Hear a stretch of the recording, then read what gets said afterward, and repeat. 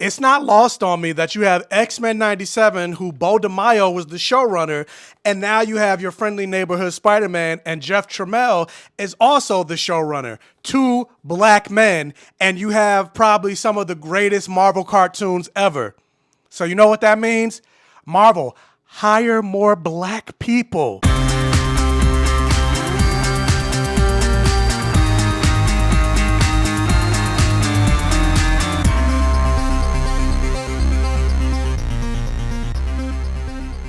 And welcome to my Safe Gayven, everybody. Thank you guys so much for clicking on another video and joining me here on the Black Gay Comic Geek channel. We got a lot to get through. We got episodes 6 through 10 to get through because I am running a little behind. So I'm trying to like put it all together in this one video. But with that said, let me introduce myself. If this is your first time checking out one of my videos, my name is Michael. I call myself the Black Gay Comic Geek, and I always say things I love to talk about here on the channel has blood, sex, gore, and magic, or any variation of the four. So I mostly talk fantasy here on the channel, action movies, horror movies, sci-fi, and of course I like to talk about black representation and queer representation. Every so often I'll step out of the fantasy realm and review a regular movie. But if that's something that you're interested in, do me a favor, hit that subscribe button, guys. I passed 10,000 subscribers, and I'm even beyond 10,000 subscribers. I'm almost at 10,050 subscribers. So let's continue to grow this Black Gay Comic Geek train. Let's continue to grow this Safe Gayven community. So if you're not subscribed, hit that subscribe button. But also, if you can do me a favor, whatever video that you watch of mine, whether it's here, whether it's on other platforms, hit that like button. YouTube specifically, it tells the YouTube algorithm that this video is worth getting out there. This video is worth sharing with other people so they could come to my channel and potentially subscribe so I can continue to grow my channel.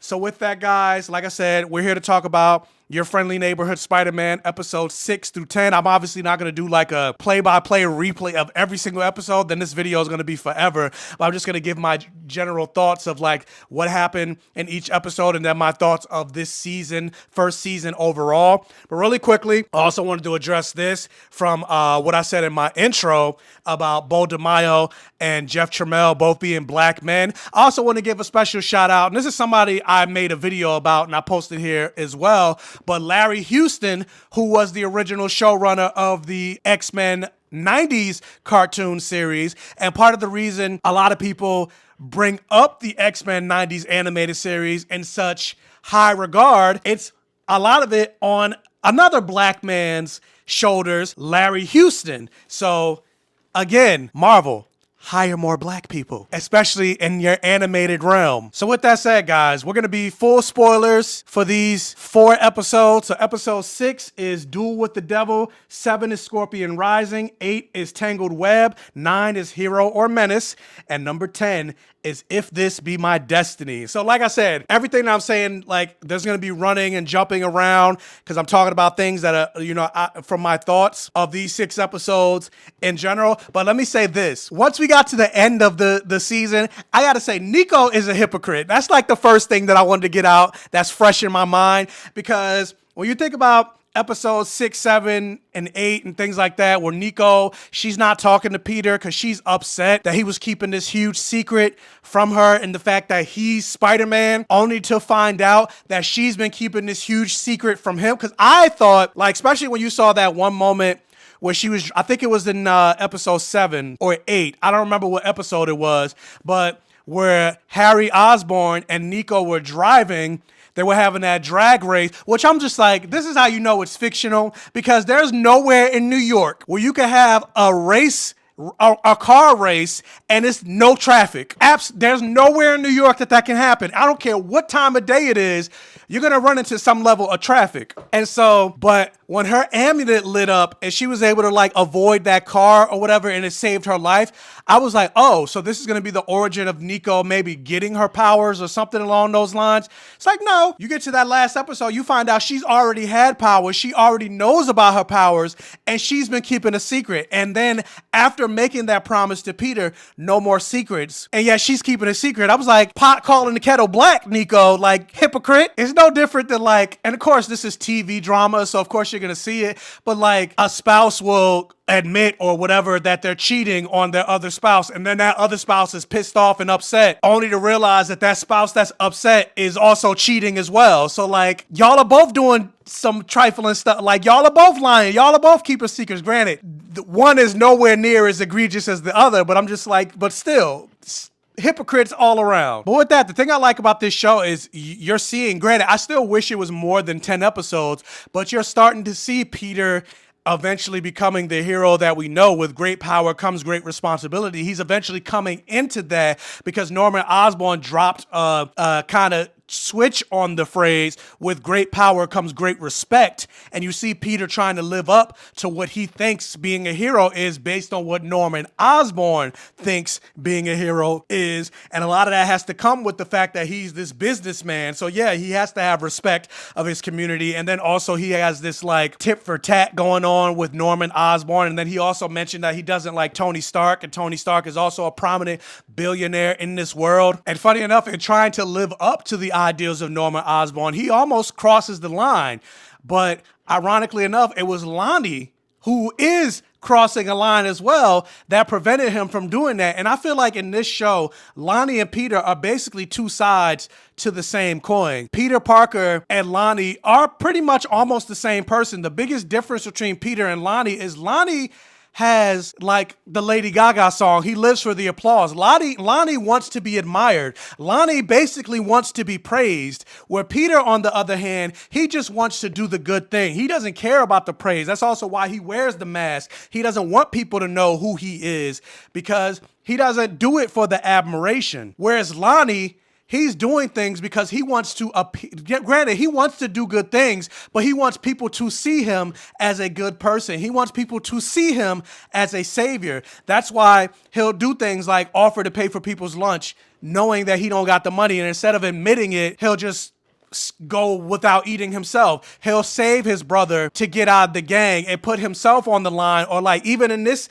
situation, like where Doc ended up dipping because of, you know, we got to see Doc's true face and he was scared of Scorpion, so he left. So instead of taking this as an opportunity to be like, oh, I can get out of this gang, he wants to appear to be the hero of the gang and is staying and to, you know, look good as the gang. And then he ended up becoming the boss.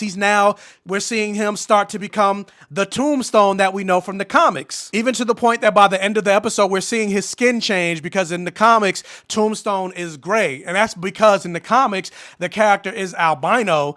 And so he doesn't have the melanin pigmentation. And then when he got exposed to that chemical that gave him super strength and speed and all that other stuff, it started to change his skin a little bit more gray. And so we're seeing that in like his fingertips. And so right now he's not fully a villain, but he is going that route. And again, it's because he wants to look good. He wants to be praised by these people that he considers his new family, this gang. He wants them to see him as a good guy, or rather someone that they could look at. He likes the admiration because now they're calling him boss. They're looking up to him. They're looking to him for leadership, kind of like when he was the quarterback of the football team at Midtown High. I was about to say Midtown Comics, but Midtown High. But I also will say, and I made this into a short, but I'm going to say it here as well because I'm reviewing these 6 episodes. If they end up putting Nico and Harry together, I'm going to be a little annoyed because they did hint at Nico also being some level of queer. Granted, in the comics, she is bisexual. She was more boy crazy, you know, after Alex, another black man. So Nico loves her some black men. So Alex from Runaways, before she ended up getting with Carolina, Dean from Runaways. But like, and they kind of hint at like her having feelings, or at least being attracted to Pearl as well. Because I think she said something along the lines of, if you don't go after her, I will. And now it's kind of hinting that she might end up having feelings for Harry. And again, like I said in the video, the short that I made, and also on TikTok, you can still be bisexual and be in a heterosexual relationship. But when it comes to fiction, something that people are crafting, how many stories do we have where there are heterosexual relationships? They come a dime a dozen. It's very rare, especially in animation, that we get a same-sex relationship. So like, yes, it will give Nico and Harry something to do and give them a reason to have a connection if they they were to get in a relationship, but it would still annoy me in the sense of like, again, how often do we get same-sex relationships?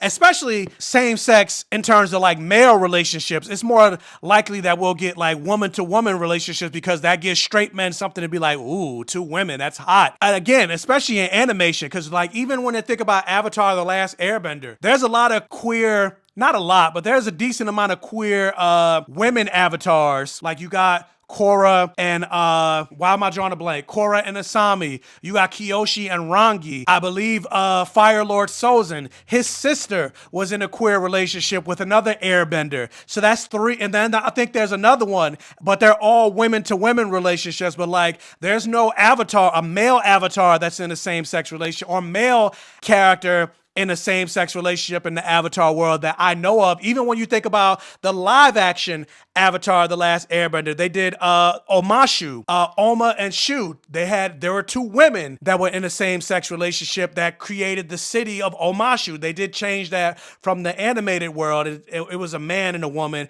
but then they made it 2 women. Again, it's rare for it to be even 2 men, but still, whether it's 2 men or 2 women, especially in animation, it's rare for there to be same-sex coupling in animated or live action, especially fantasy, in the fantasy setting. But I like that they also injected moments of like showing that Peter Parker is a kid and he's putting his life on the line. And so that moment that he almost lost his life at the hands of Scorpion, and you see some of the PTSD coming back to haunt him, I like seeing that and seeing that these heroes aren't perfect, even though they did have that montage of Norman Osborn saying to Peter Parker, like, the reason that you lost, and he wasn't even like, oh, I'm sorry that happened to you. Like, he was just like, yeah, you lost because you're holding back. Like, and again, it's that whole business mentality. It's like, if you want to be the best, you need to be the best. And like, you lost because your villains are holding back and you're not. You lost because you're trying to, you know, be safe and protect these villains and they're trying to kill you. And we see Peter like kind of starting to let loose. And I was like, especially because Lonnie is just, I mean, not Lonnie, but Matt Gargan is just a guy in a suit. And if Peter stopped holding back, these villains would be dead because most of them are regular humans. Like even when you think about like Spider-Man 2, the movie with Tobey Maguire, how he's punching Dr. Octopus in the face. Dr. Octopus is just a dude. The only thing that makes him super powerful and a menace is his brain first and foremost, but then also those arms. But if Peter Parker gets close to him, one hit, he can knock this dude out. So the same thing with Matt Gargan. I was like, if Peter actually lets loose and doesn't hold back, these villains would be dead unless you get to like the Lizard or Green Goblin who also have super strength. But these people don't have super strength. So I'm like, if he stops holding back, they will be dead. Like there's a moment in the comics where Superior Spider-Man, where Dr. Octopus takes control of Peter Parker and he doesn't hold back and he ends up breaking a villain's jaw and he realizes just how strong Spider-Man actually is. Peter Parker is way stronger than we give him credit. Like a lot of times we'll see him fighting and struggling with just regular people, even in this animated show. And part of it is also like, because A, you got to give Peter Parker something to struggle with, but also like he holds himself back a tremendous amount because if he doesn't, like he could go, you know, toe to toe with like, maybe not, he's not as strong as them, but he can bang with some of he can bang with some of the strongest heroes in Spider-Man. Like this is a person that can lift up to like 20 tons. So if he stops holding back, one punch, he would shatter a person's skull. Especially when you think about this show being your friendly neighborhood Spider-Man, he's stopping like random people stealing cars or running away with a person's purse or getting cats out of a building. He's not fighting the big threats yet for the most part. But I like getting to see Daredevil introduced in this world because Peter Parker and Daredevil do have a close relationship. Maybe they're not as close friends as like Johnny Storm and Peter Parker. And I'm hoping we do get to see the Fantastic Four at some point, maybe in season 2. They're probably going to wait until they introduce the Fantastic Four in the MCU. But Peter Parker and Johnny Storm are very close. I would say, you know, Peter and Johnny should get together, but that's just me. Maybe in another universe. I mean, this is an alternate universe, but it's not going to happen. But Peter Parker and Johnny Storm are very close. They're also around the same age. So it'll be cool to see Johnny show up because they're expanding the world. Like they're trying to be the MCU, but they're also not, especially with like the Daredevil. Like even when Daredevil showed up,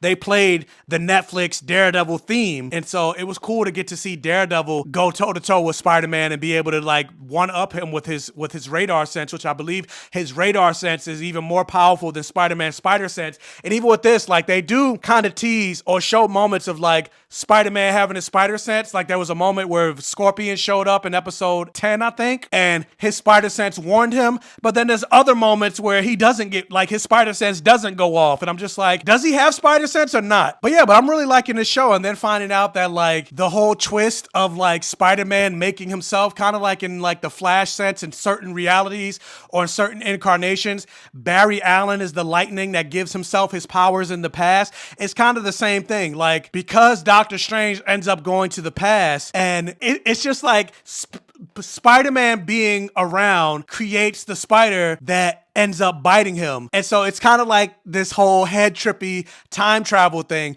If it wasn't for Spider-Man existing, Spider-Man wouldn't exist, because Norman Osborn is trying to recreate the Spider-Man serum to have more spider people show up. But then that same spider ends up going to the past to bite Spider-Man. But it's like, which came first? Peter Parker being Spider-Man or the spider? Because the spider wouldn't exist if Spider-Man didn't exist. And so Norman wouldn't have got the inspiration to create the spider. But if Spider-Man didn't exist, there would be no like, it's time travel whiminess.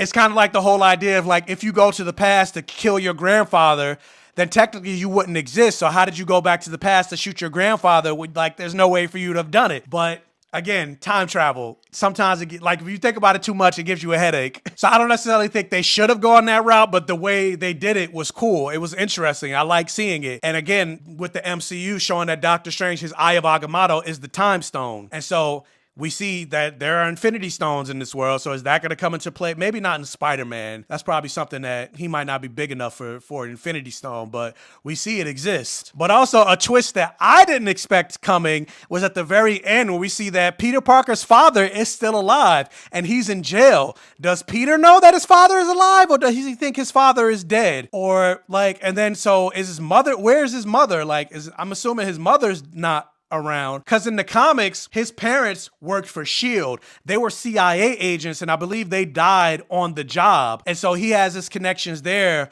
with being, you know, with his parents being agents of S.H.I.E.L.D. What is this storyline with his father? Like, I don't know, but I was just like, oh, and I didn't expect that to happen. But yeah, this first season was great. This first season was better than I was even anticipating it to be, and I really can't wait for there to be a season 2. I wish there were more episodes of this show, and I'm also curious. Part of me kind of thinks that Marvel wasn't confident in this series, because I was wondering why they dropped so many episodes at once, as opposed to letting it just go one episode at a time so people can continue to talk about this show. But they dropped like 1 week, they dropped like 4 episodes in 1 week. But either way, I'm enjoying season 1. I enjoyed season 1 of Your Friendly Neighborhood Spider-Man. Hopefully it gets renewed for season 2 with a new voice actors playing Spider-Man. or this original Spider-Man shuts his mouth and never says anything again, especially with regards to the show being woke. Like, be quiet. But the show is good. I'm really enjoying it, and who knows what we're going to see and the characters that we're going to see in the world that we're going to see for season 2. Hopefully they also fix up the animation a little bit, because there are certain moments where I feel like the frame rate, it feels like they're walking a little jagged, I don't know how to explain it, but it feels a little weird. Like, it feels like the show is like slowly loading as they're moving. But yeah, I enjoyed the show overall. So with that, what do you guys think about Your Friendly Neighborhood Spider-Man season 1, these last 4 episodes? Let me know all of your thoughts in the comment section below if you can. Hopefully you made it to the end of this video. Watch, like, share, comment, interact for the all gay rhythm. And again, if this is one of your first time checking out one of my videos, hopefully check out the other videos on my channel. If you like what you see, hit that follow button. Tell your friends, families, and neighbors about my channel to help me continue to grow, and hit that bell notification button so you're alerted every single time I post a new video. And guys, like I mentioned before, I do want to go live for a Q&A for hitting, you know, a celebratory video of hitting 10,000 subs. I got to figure out what day. It's probably going to be sometime next week. I just got to figure out what day. So again, hit that bell notification button so you're alerted every single time I post a new video. And yeah, and as always, I will catch you guys next time.